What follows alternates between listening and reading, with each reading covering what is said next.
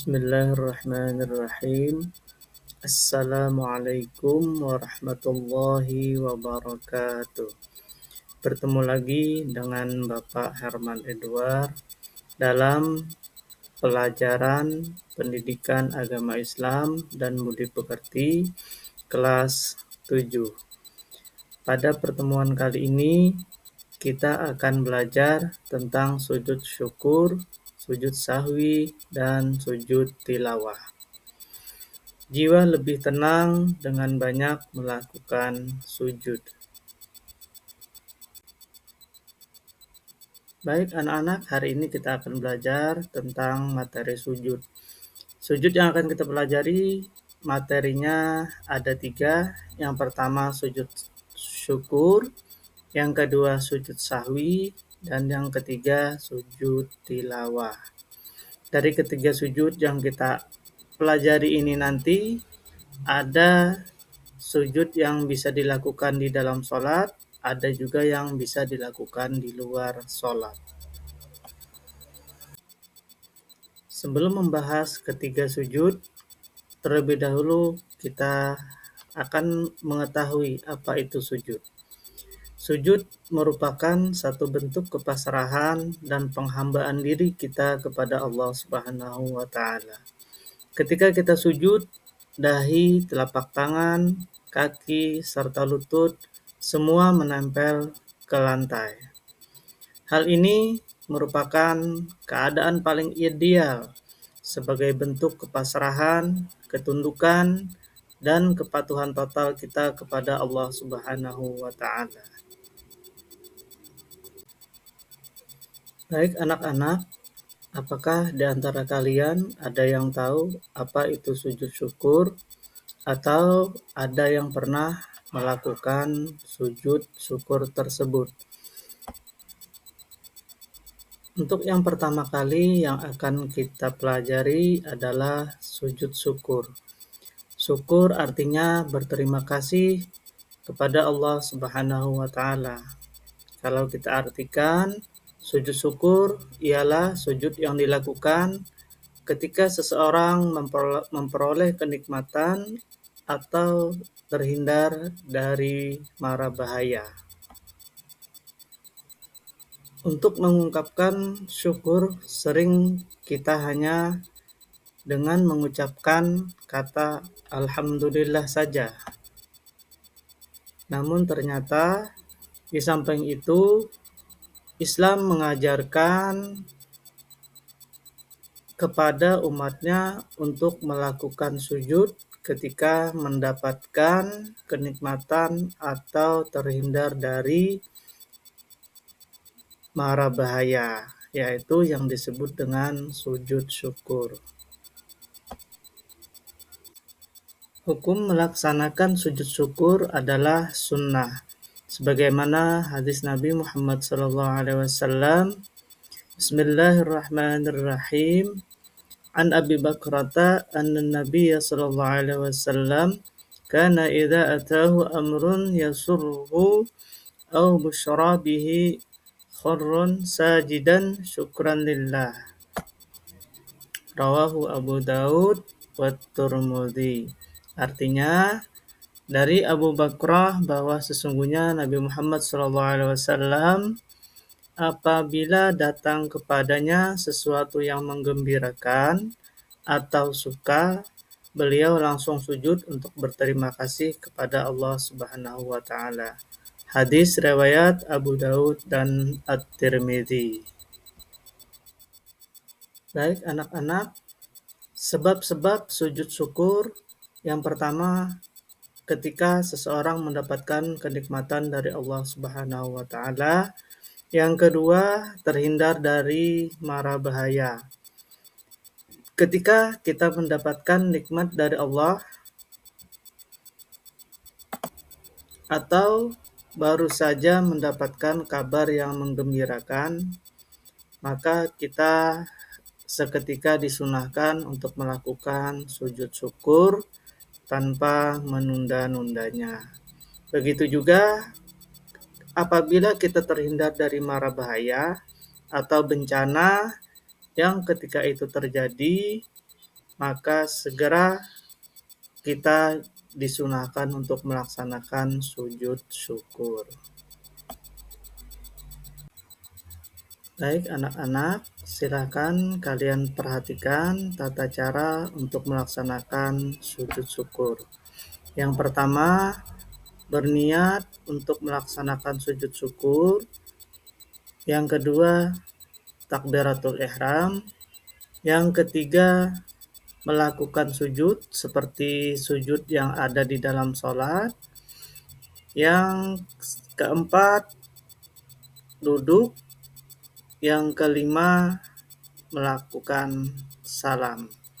Adapun bacaan sujud syukur tersebut bisa kita membaca dengan membaca Subhanallah walhamdulillah wala ilaha illallah wallahu akbar wala haula wala quwwata illa billahil aliyil azim. Atau bisa juga dengan bacaan-bacaan atau doa yang lain. Sujud syukur ini hanya bisa dilakukan di luar sholat ya. Tidak boleh dilakukan di dalam sholat. Berikut hikmah orang yang melakukan sujud syukur. Yang pertama,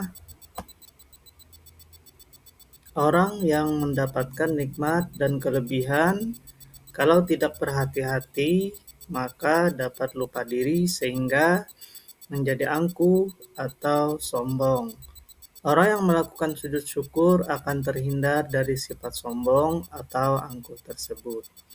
Yang kedua, memperoleh kepuasan batin berkaitan dengan anugerah yang diterima dari Allah Subhanahu wa Ta'ala. Ketiga, merasa dekat dengan Allah sehingga memperoleh bimbingan dan hidayahnya. Selanjutnya, merasa dekat dengan Allah sehingga memperoleh bimbingan dan hidayahnya. Yang terakhir, memperoleh tambahan nikmat dari Allah Subhanahu wa Ta'ala dan selamat dari siksanya. Jadi, orang yang bersyukur insya Allah akan ditambahkan oleh Allah Subhanahu wa Ta'ala nikmatnya.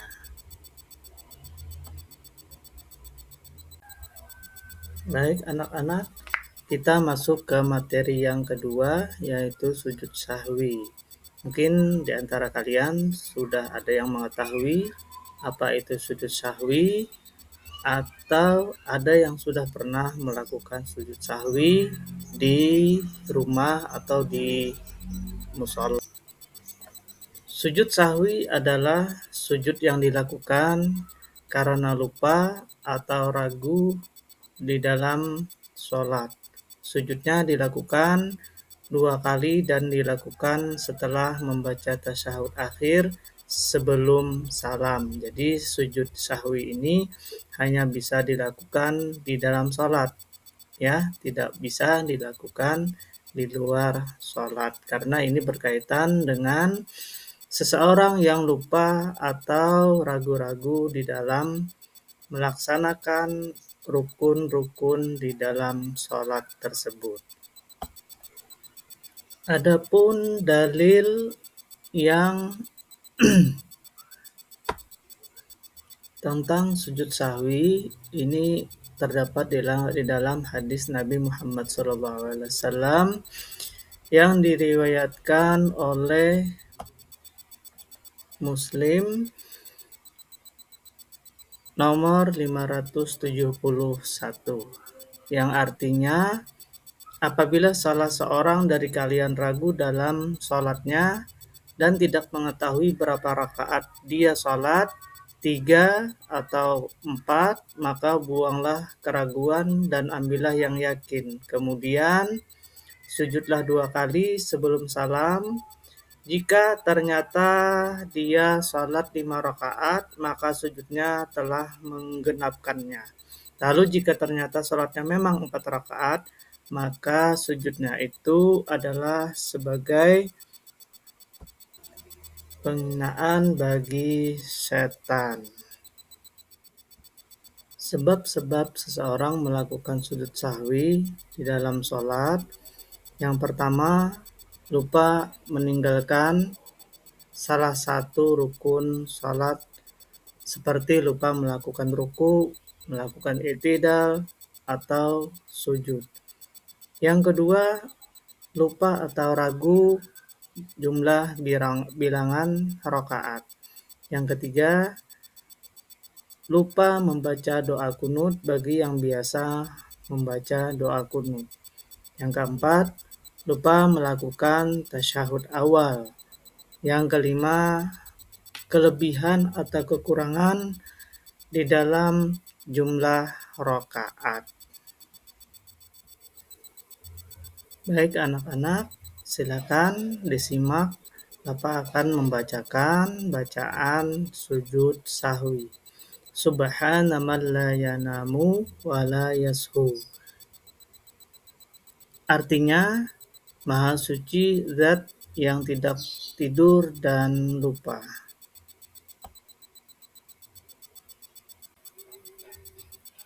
Baik anak-anak, materi yang ketiga yaitu sujud tilawah. Mungkin kalian sudah ada yang tahu atau ada yang sudah pernah melaksanakan sujud tilawah. Sujud tilawah adalah sujud yang dilakukan karena membaca ayat-ayat. Di dalam ayat tersebut terdapat ayat sajadah, baik ketika ada di dalam sholat maupun di luar sholat. Baik pada saat membaca sendiri atau mendengar orang lain membaca ayat-ayat sajadah tersebut. Dasar hukum sujud tilawah ini berkaitan dengan hadis Nabi Muhammad SAW. Kana Rasulullah SAW yaqra'u 'alaina al-Qur'an fa idza marra bis-sajdi kabara wa sajada wa sajadana ma'ahu. Artinya, Rasulullah SAW membacakan Al-Quran kepada kita, maka ketika melewati ayat as-sajadah, beliau bertakbir dan bersujud, dan kami pun bersujud bersamanya. Adapun sebab dilakukannya sujud tilawah, yang pertama adalah sujud tilawah dilakukan karena pada saat membaca atau mendengarkan bacaan Al-Quran, menemukan ayat-ayat sajadah baik pada saat sholat maupun di luar sholat. Jadi sujud sajadah atau sujud tilawah ini bisa dilakukan di dalam sholat dan juga bisa dilakukan di luar sholat. Di dalam Al-Quran terdapat 15 ayat-ayat sajadah. Di antaranya Quran Surah Al-Ra'd ayat 206, Quran Surah Ar-Ra'du ayat 15, Quran Surah An-Nahl ayat 49, Quran Surah Al-Isra ayat 109, Quran Surah Al-Hajj ayat 18, Quran Surah As-Sad ayat 24, Quran Surah Al-Insyiqaq ayat 21, dan Quran Surah Al-Alaq ayat 19 dan lain sebagainya. Baik anak-anak, coba kalian perhatikan tata cara sujud tilawah. Di sini akan Bapak jelaskan tata cara sujud tilawah yang pertama yang dilakukan di luar sholat. Caranya berdiri menghadap kiblat, berniat untuk melakukan sujud tilawah, takbiratul ihram. Selanjutnya sujud 1 kali. Pada saat sujud membaca doa sajada wajhiya lilladzi khalaqahu wa sawwarahu wa syaqqa sam'ahu wa basarahu bihaulihi wa quwwatihi fatabarakallahu ahsanul khaliqin. Selanjutnya yang kedua, sujud tilawah yang dilakukan di dalam sholat. Ketika kita sedang sholat atau imam sedang membaca surah yang terdapat ayat sajadah, maka kita langsung melakukan sujud 1 kali sambil membaca bacaan sujud tilawah yang Bapak bacakan tadi. Kemudian setelah membaca bacaan sujud tilawah tadi, kemudian kita bangkit dari sujud dan melanjutkan salat kembali. Selanjutnya, hikmah melaksanakan sujud tilawah yang pertama adalah terhindar dari godaan syaitan. Yang kedua, kita dapat menghayati bacaan dan makna Al-Quran yang sedang dibacakan. Selanjutnya, dengan melaksanakan sujud tilawah, kita dapat mendekatkan diri kepada Allah Subhanahu wa Ta'ala. Demikian materi sujud tilawah, sujud sahwi, dan sujud syukur. Semoga bisa kita amalkan di dalam kehidupan sehari-hari. Salah khilafnya mohon maaf. Assalamualaikum warahmatullahi wabarakatuh.